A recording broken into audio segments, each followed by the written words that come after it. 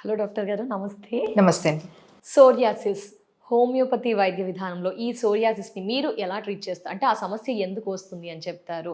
సమస్య మూలాల్లో నుంచి ఆలోచిస్తారా? సోరియాసిస్ వచ్చిందంటే పోదు అని లైఫ్ లాంగ్ ఉండాల్సింది, అవును. కొంచెం మానసిక స్థితి బాలేక వస్తుంది, ఇలా రకరకాల కారణాలు వింటూ ఉంటాం. హోమియోపతి వైద్య విధానంలో ఏంటి దీనికి రీజన్స్ ఏంటి? సోరియాసిస్ అనే ప్రాబ్లం చూస్తే అది స్కిన్కి సంబంధించిన ప్రాబ్లంగా మనం చూస్తూ ఉంటాం.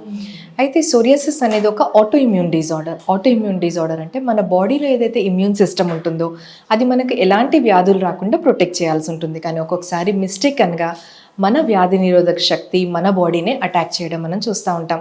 స్పెషల్గా సోరియాసిస్ విషయంలో వస్తే మన ఇమ్యూన్ సిస్టమ్ మన స్కిన్ని అటాక్ చేయడం మనం చూస్తూ ఉంటాం.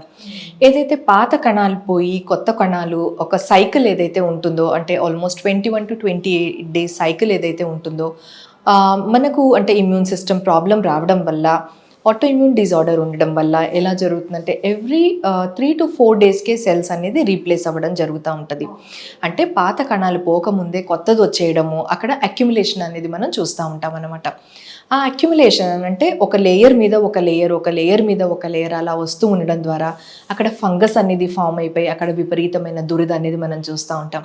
సో సోరియాసిస్ యొక్క లక్షణాలు చూస్తే మనకు స్కేల్స్ లాగా, అంటే లేయర్స్ కింద లేయర్స్ కనిపించడము, విపరీతమైన దురద అంటే కనిపించడం అనేది మనం సోరియాసిస్ యొక్క మెయిన్ లక్షణంగా మనం చూస్తూ ఉంటాం. సో ఈ లక్షణాలని బట్టి ఎనీ ఎక్స్పీరియన్స్ డాక్టర్ ఇది సోరియాసిస్ ప్రాబ్లంగా ఈజీగా గుర్తుపట్టే అవకాశం ఉంటుంది. ఏ భాగంలో వస్తుంటుంది మేడం ఈ సోరియాసిస్? సోరియాసిస్ అనేది అంటే పలు రకాలుగా మనం చూస్తూ ఉంటాం. దీంట్లో టైప్స్ ఉంటాయి. సో ఎక్కడ ఈ ప్రాబ్లం వస్తుంది అనే దాన్ని బట్టి ఆ టైప్ ఉంటుందన్నమాట. కొంతమందికి ఓన్లీ స్కాల్ప్లో ఈ ప్రాబ్లం, అంటే తలలోనే ఈ ప్రాబ్లం వచ్చే అవకాశం ఉంటుంది, దాన్ని స్కాల్ప్ సోరియాసిస్ అని అంటూ ఉంటాము. కొంతమందికి ఓన్లీ అరచేతులలో అరికాళ్లలో ఈ ప్రాబ్లం వచ్చే అవకాశం ఉంటుంది, దాన్ని పామార్ అండ్ ప్లాంటార్ సోరియాసిస్ అంటాము.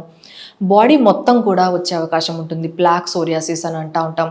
సో ఇలా రకరకాల, అంటే ఎక్కడ వస్తుంది అనే దాన్ని బట్టి మనకు వస్తుంది. అన్నిటికంటే డేంజరస్ అనేది ఎరిథ్రోడర్మిక్ సోరియాసిస్ అని మనం చెప్తా ఉంటాం. అది అంటే హార్ట్ పాల్పిటేషన్, గుండె దడగా ఉండడము, బ్లడ్ సర్క్యులేషన్ అంతా చాలా ఒళ్ళంతా వేడిగా అయిపోవడం, చాలా వర్స్ కండిషన్లో మనం ఆ ప్రాబ్లమ్స్ చూస్తాం. మనం జనరల్గా చూసే కండిషన్స్ అయితే ప్లాక్ సోరియాసిస్ అని చెప్తాం, అంటే ఒళ్ళంతా కనిపించేది. Scalp psoriasis and palmar and plantar psoriasis మనం రెగ్యులర్గా చూస్తూ ఉంటాం. ఇది కరెక్టేనా మేడం? ఎక్కువ స్ట్రెస్, టెన్షన్ వల్ల అండ్ ఏదైనా ఫుడ్ పడకపోతే తీసుకోవడం వల్ల, వీటి వల్ల ఏమైనా సోరియాసిస్ వచ్చి అటాక్ అయ్యే ఛాన్స్ ఉందంటారా? సోరియాసిస్కి డెఫినెట్గా కొన్ని ట్రిగ్గరింగ్ పాయింట్స్ అనేవి ఉంటాయి. ట్రిగ్గరింగ్ పాయింట్స్ అంటే కొన్ని జరగడం వల్ల ఆ వ్యాధి అనేది ఎక్కువ అయ్యే ఛాన్స్ ఉంటుంది. అండ్ అది ఒకవేళ కంటిన్యూస్గా జరిగితే కనుక, దెన్ ఫ్యామిలీ హిస్టరీ ఉంటే కనుక డెఫినెట్గా వచ్చే అవకాశం ఉంటుంది. ఫ్యామిలీ హిస్టరీ సోరియాసిస్ అయి ఉండి స్ట్రెస్ కనుక కంటిన్యూస్గా ఉంటే డెఫినెట్గా మార్పులు అనేవి వచ్చేస్తూ ఉంటాయి. దాంతోపాటు మనం ఇండియాలో అనుకున్నట్టు ఏదో గోంగూర తింటేనో వంకాయ తింటేనో ఇలాంటివి తింటే సోరియాసిస్ వస్తుంది అనుకోవడం అది అపోహ మట్టుకే. ఎందుకంటే ఆటోఇమ్యూన్ డిజార్డర్ కాబట్టి మేము ఇక్కడ హోమియోకేర్లో ట్రీట్ చేసినప్పుడు ఎలాంటి రెస్ట్రిక్షన్స్ లేకుండా, అంటే అన్నీ తింటూ కూడా ఎలాంటి ప్రాబ్లం రాకుండా ట్రీట్మెంట్ ఇక్కడ జరుగుతూ ఉంటుంది. సో సోరియాసిస్కి ఎలాంటి డయట్ రెస్ట్రిక్షన్స్ అనేది ఉండదండి మనం అపోహ పడినట్టు. బికాజ్ ఏ సైంటిస్ట్ ఇంతవరకు అంటే పలాంది తింటే వస్తుంది అనేది, ఇట్స్ అన్ ఆటోఇమ్యూన్ డిజార్డర్ కాబట్టి మనము అన్ని హెల్తీ హ్యాబిట్స్ ఇన్కల్కేట్ చేసుకుంటే కనుక ఈ ప్రాబ్లం మనకు ఫ్యామిలీలో ఉన్నా కానీ రాకుండా ఉండే అవకాశం ఉంటుంది.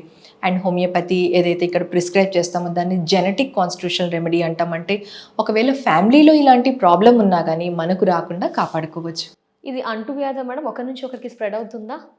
లేదండి, ఇది అంటే అలర్జిక్ డర్మటైటిస్ కానీ లేదా ఇంకో రకమైన డర్మటైటిస్, ఫంగల్ ఇన్ఫెక్షన్స్ ఇలాంటివంటే మనకు ఒక పర్సన్ టు ఒక పర్సన్కి అంటుకుంటూ ఉంటాయి.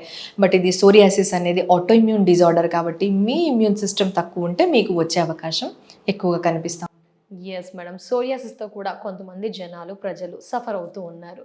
సో హోమియోకేర్ ఇంటర్నేషనల్లో ఎలాంటి ట్రీట్మెంట్ ఉంది? ఒక పర్సన్ వచ్చారే మీ దగ్గర కొండి, ఎలా రిసీవ్ చేసుకుంటారు, ఏం చెక్ చేస్తారు, ఏ విధంగా ఆ సమస్యను నయం చేస్తారు, ఎంత టైం పడుతుంది, ఆ వివరాలన్నీ కూడా. షూర్ అండి. సోరియాసిస్తో ఎప్పుడైతే మా దగ్గరికి వస్తారో చాలా అంటే వర్స్ కండిషన్సే వస్తాయన్నమాట. ఏంటి, ఎందుకంటే విపరీతమైన దురద ఉంటుంది అండ్ చూడ్డానికి చాలా అంటే చేతులు కలపడానికైనా ఇబ్బంది, అండ్ ఎక్కడ మన స్కిన్ కనిపిస్తుంది, అందరికీ సోరియాసిస్ గురించి తెలియదు కాబట్టి ముట్టుకోవడము. సో ఇలా ఒక ఒక రకమైన అంటే డిప్రెషన్తో వస్తూ ఉంటారు. ఇంకొక డిప్రెషన్ మనం అంటే వాళ్ళు గూగుల్లో సర్చ్ చేస్తారు ఇదేంటి అని, అండ్ అందులో ఫస్ట్ మీకు సోరియాసిస్ ఇన్క్యూరబుల్, ఇది లైఫ్ లాంగ్ ఉంటుంది. సో ఇవన్నీ చూసి అండ్ ఫ్యామిలీలో అంటే ఇంకెవరికైనా ఉందా, లేకపోతే వేరే వాళ్ళందరూ కూడా బాగుండడము, ఫ్రెండ్స్లో కలవడము, లేదా ఆఫీస్లో వెళ్ళడం, సో ఇవన్నీ కైండ్ ఆఫ్ డిప్రెషన్స్తో మా దగ్గరికి ఒక పేషెంట్ అప్రోచ్ అవుతూ ఉంటారు. చాలా అంటే తల భారంగా పెట్టుకొని వస్తూ ఉంటాడు, ఇది తగ్గుతుందా, సరే ఇది కూడా ట్రై చేద్దాము అనే ఉద్దేశంతో వస్తూ ఉంటాడు. సో అలాంటి అంటే పేషెంట్స్ ఎప్పుడైతే వస్తారో ఫస్ట్ అంటే ఒక డాక్టర్గా నేను వాళ్ళకి అంటే ఎందువల్ల ఈ ప్రాబ్లం వచ్చింది, ఒక కాజ్ ఉంటుంది. అండ్ హోమియోపతి అంటే ఆ కాజిటివ్ అంటే ఆ కాజ్ ఏదైతే ఉందో దాన్ని ట్రీట్ చేయడానికి చూస్తుంది. కొంతమందికి అంటే ఒక్కొక్క పేషెంట్కి ఒక్కొక్క రీజన్తో స్టార్ట్ అవుతూ ఉంటుంది. కొంతమందికి వాళ్ళ దగ్గర క్లోజ్ రిలేటివ్స్ లేదా ఫాదర్ మదర్ కానీ ఫ్రెండ్స్ కానీ ఎవరైనా చనిపోవడం ద్వారా సడన్గా అంటే స్లీప్లెస్ నైట్స్ అది చేసి దెన్ అలా ఇమ్యూన్ సిస్టమ్ ప్రాబ్లమ్స్తో ఈ ప్రాబ్లం వచ్చే అవకాశం ఉంటుంది. కొంతమందికి ఫ్యామిలీలో ఉంటే వస్తుంది, కొంతమందికి జాబ్ స్ట్రెస్ కానీ అన్ని డిఫరెంట్ కేసెస్ అన్నమాట. అయితే హోమియోపతి యొక్క స్పెషాలిటీ ఎలా ఉంటుందంటే సోరియాసిస్ అనగానే ప్రతి ఒక్కరికి ఒకే సేమ్ మెడిసిన్ ఉండదు. ఈవెన్ ఇఫ్ అంటే ఒక ట్విన్ అంటే పేషెంట్స్ వచ్చినా కానీ ఒకే రకమైన ప్రాబ్లంతో సేమ్ మెడిసిన్ ఉండదు. ఎందుకంటే ఒక మనిషి ఆలోచించేది లేదా ఒకరికి ఉండే స్ట్రెస్ లెవెల్స్ని ఇంకొకరికి లేదా ఆ స్ట్రెస్ లెవెల్స్ని మనము ఎలాగో దానికి రియాక్ట్ అవుతున్నాం అనేది ఎవ్రీథింగ్ అంటే పర్సన్ టు పర్సన్ చాలా డిఫరెంట్గా ఉంటుంది. దాన్ని మేము అంటే ఇండివిజువలిస్టిక్ అని అంటాం అనమాట. సో ఒక పర్సన్ని అలా డిఫరెన్షియేట్ చేసి ఆ కేస్ చాలా డీటెయిల్గా తీసుకుని ఎలాగూ మీరు అంటే ఆ పర్టికులర్ పేషెంట్ వేరే పేషెంట్స్తో డిఫర్ అవుతున్నాడు, ఎంత కాలం నుంచి బాధపడుతున్నాడు, ఒక స్ట్రెస్ వస్తే ఆ పర్టికులర్ స్ట్రెస్ వచ్చినప్పుడు తను దానికి ఎలా రియాక్ట్ అయ్యాడు, సో ఇవన్నీ కన్సిడరేషన్లోకి తీసుకొని మేము మెడిసిన్స్ ఇస్తూ ఉంటాం. సో అలా ఇస్తున్న కొద్దీ అంటే కంప్లీట్గా క్యూర్ అవుతూ ఉంటుంది. అయితే దీని triggering point most psoriasis cases worse conditions వింటర్లో ఉంటాయి. సో ఒక వింటర్లో ఆ పేషెంట్కి ప్రాబ్లం అంటే ఉండకూడదు, అప్పటి వరకు ట్రీట్మెంట్ కంటిన్యూ చేస్తూ ఉంటాం. ఓకే, ఇందులో ఓన్లీ మెడిసిన్ హోమియోపతి మందులే ఉంటాయి మేడం, లైక్ సోప్స్ లైక్ ఇంకా అలాంటివి ఏమైనా ఉంటాయి మనకి? ఇది ఒక ఆటో ఇమ్యూన్ డిజార్డర్. డెఫినెట్గా ఆ ఆటో ఇమ్యూన్ డిజార్డర్ యొక్క మేనిఫెస్టేషన్ అంటే స్కిన్ మీద కనిపిస్తుంది, కానీ స్కిన్ మీద ఏదో చేయడం ద్వారా ఇది తగ్గే అవకాశం లేదు. కానీ డెఫినెట్గా అది డ్రైగా ఉంటుంది అండ్ మనకి ఇబ్బందికరంగా ఉంటుంది, చాలా ఇచ్చిగా అనిపిస్తుంది. కాబట్టి డెఫినెట్గా సమ్ కైండ్ ఆఫ్ మాయిశ్చరైజర్ తప్ప ఇంకా అంతకన్నా ఏం చేయనక్కర్లేదు. కాకపోతే మన డయట్లో కనుక మనం ప్రాపర్ వాటర్ క్వాంటిటీ మనం మెయింటైన్ చేసుకుంటే మన బాడీకి కావాల్సిన మాయిశ్చర్ మనమే గ్రాడ్యువల్గా ఇచ్చేసే అవకాశం ఉంటుంది. సో అలాగే కాకుండా కొన్ని అంటే ఫుడ్ ఆహార పదార్థాల్లో ఏం తింటే మన ఇమ్యూన్ సిస్టమ్ పెరుగుతుంది, ఏం తింటే మనకు స్కిన్కి చాలా ఆరోగ్యకరంగా ఉంటుంది, స్కిన్ తొందరగా హీల్ అవుతుంది అనేది డెఫినెట్గా మేము ఇక్కడ అడ్వైస్ చేస్తూ ఉంటాం. సో అదే అంటే వేరే హోమియోపతీస్కి అంటే మన హోమియోకేర్ ఇంటర్నేషనల్లో ఆ డిఫరెన్స్ ఉంటుంది.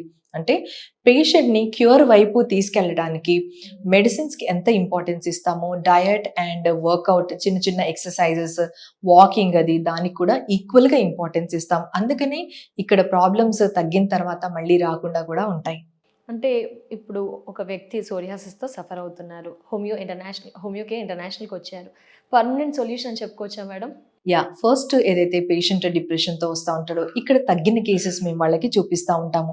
సో అలా చూడడం అంటే ఇంతవరకు ఉన్న ఫీడ్బ్యాక్ వాళ్ళకి అసలు తగ్గదు, ఇది వస్తే పోదు, ఇలాంటి ఫీడ్బ్యాక్తో ఎవరైతే వస్తూ ఉంటారో వాళ్ళకి తగ్గిన కేసెస్ చూపిస్తే అంటే వీడియోస్ రూపంగా కానీ పిక్చర్స్ రూపంలో కానీ లేదా వాళ్ళు వచ్చినప్పుడు వాళ్ళ పక్కనున్న పేషెంట్ కూడా తగ్గిన కేసు, సో అలా చూసి వాళ్ళు చాలా ధైర్యపడతా ఉంటారు. సో ఒక హోప్ అనేది ఉంది మనకి ఇక్కడ, అక్కడే సగం తగ్గిపోయినట్టుగా ఉంటుంది. దెన్ దాని తర్వాత ఏదైతే మేము హిస్టరీ తీసుకుంటామో దాంతో అంటే ఒక డాక్టర్తో అంటే వాళ్ళ ఇబ్బందులు అవన్నీ షేర్ చేసుకున్నప్పుడు అక్కడ ఇంకొంత ఒక అంటే డాక్టర్ మీద ఒక నమ్మకం అనేది వచ్చేస్తూ ఉంటుంది. అంటే ఈ డాక్టర్ దగ్గర నాకు తగ్గుతుందనే నమ్మకం అక్కడ చూస్తూ ఉంటారు. దెన్ ప్రాపర్ సజెషన్స్ ఇవ్వడం ద్వారా వాళ్ళు అంటే చాలా మంది చాలా అపోహలతో ఎన్నో తినకుండా ఆపేస్తూ ఉంటారు. కొంతమంది నాన్ వెజ్ మానేయడము, లేకపోతే ఇంకా కొంతమంది కూరగాయలు మానేయడము, ఇంకా రకరకాలుగా వాళ్ళకి తోచింది అంటే ఒక ఆశ ఇది చేస్తే తగ్గిపోతుందేమో, అది చేస్తే తగ్గిపోతుందేమో. సో ఇవన్నీ ఎప్పుడైతే మేము క్లియర్గా చెప్తా ఉంటామో, పేషెంట్ క్యాబిన్లో నుంచి బయటికి వెళ్ళినప్పుడు చాలా క్లియర్ మైండ్తో వెళ్తూ ఉంటాడు, ఓకే నాకు ఇక్కడ తగ్గుతుందని. సో సేమ్ అంటే డ్యూరేషన్ పీరియడ్ కూడా ఒక పర్సన్ టు ఒక పర్సన్ డిపెండ్ అవుతూ ఉంటుంది. అండ్ తొందరగా అంటే క్లియర్ అవ్వడం ఓకే ఇంపార్టెంటే, కానీ ఆ పిగ్మెంటేషన్, ఆ మరకలు ఏవైతే ఉంటాయో అవి కూడా కంప్లీట్గా వెళ్ళేంత వరకు ఇక్కడ మేము ట్రీట్మెంట్ ఇస్తూ ఉంటాం. లేకపోతే అదే పిగ్మెంటేషన్ మీద మళ్ళీ వింటర్ వచ్చినప్పుడు అక్కడ మళ్ళీ దురద రావడం, మళ్ళీ ప్యాచెస్ సైజు పెరగడం అలా జరుగుతూ ఉంటుంది. సో అందుకని అంటే ఒకప్పుడు ఇక్కడ ఒక ప్రాబ్లం ఉంది అని కూడా తెలుసుకున్నంత క్లియర్గా మనకు ఇక్కడ ట్రీట్మెంట్ అనేది జరుగుతూ ఉంటుంది. వావ్! కొందరు రక్తాలు వచ్చే వరకు కూడా ఈ సోరియాసిస్ ని కొందరిలో చూస్తారు. అలాంటి కేసెస్ ని కూడా సాల్వ్ చేశారా మేడం ఇప్పటి వరకు? అవునండి. చాలా ఇబ్బందిగా ఉంటది. ఇచ్చింగ్ ఎంత సివియర్‌గా ఉంటుందంటే ఒక్కొక్కసారి నేను వింటాను, రాత్రి నిద్ర పట్టకుండా దువ్వెన తీసి గీరుకుంటా ఉంటారు. అండ్ ఒక్కొక్కసారి మనకు డే అంతా మనం కంట్రోల్‌లో ఉంచుకోవచ్చు ఆ ఇచ్చింగ్‌ని, కానీ నైట్ తెలియకుండా మన చెయ్యి వెళ్ళిపోతుంది. సో ఇలాంటి వర్స్ కండిషన్స్‌లో హోమియోపతి చాలా స్లోగా పనిచేస్తుంది అనుకుంటారు.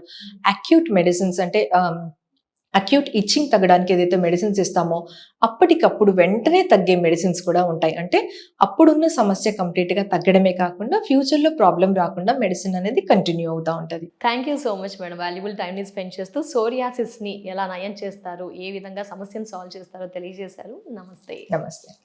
సో వ్యూయర్స్ చూశారు కదా, హోమియోకేర్ ఇంటర్నేషనల్లో సోరియాసిస్కి సంబంధించి మంచి ఫలితాలని అందిస్తామంటున్నారు. మరిన్ని వివరాలకై స్క్రీన్ పై ఉన్న నెంబర్కి కాల్ చేసి పూర్తి వివరాలు తెలుసుకోండి. ఇది ఇవాల్టి ఎపిసోడ్. నమస్తే.